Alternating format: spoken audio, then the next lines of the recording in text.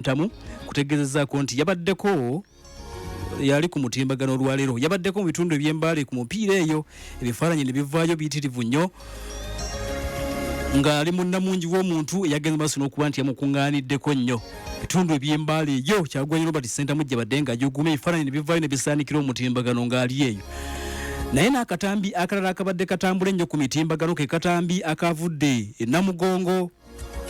munnakibiina ekya NRM Minisita Justin Kasule Lumumba bwe yabadde ayanjula abamu ku bakulu abagenze e Namugongo eyo n'agenda ayanjula Robert Kyagulanyi Ssentamu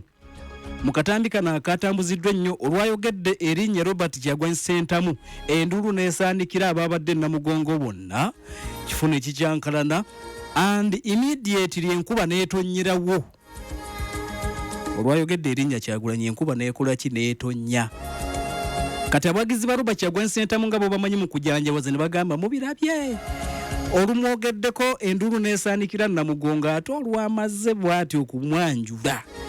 omusana gwabadde gwako enkuba n'etonnyerawo kati akatambi ako munnaye katambudde nnyo Minisita Justin Kasule Lumumba yawaliriziddwa mukazi wattu okuyimiriza okwogera nga bimususseeko ng'enduulu evuga okuva mu buli kasonda ng'amaze okwanjulwa Kyagulanyi Robert kati ate mangu awo ng'enduulu ekyavuga enkuba n'efudde nejja mu isinde n'etandikirawo okutonya ne bagamba bannaye ono omwana alimu ki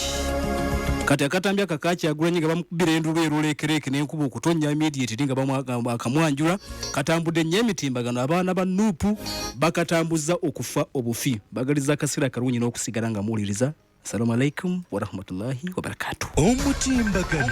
Omutimbagano nga tugajja ku Twitter, Facebook, TikTok, Instagram na walala gano ge gatambula ku mitimbagano awatali kwongeramu wadde okubaako kitukendeezaamu bifaananyi kyoba vidiyo kyezitambula munene ky'abaana gwe batwalaganya byonna wano mu The Inside Story munda mu bisenge by'amakolero g'entalo.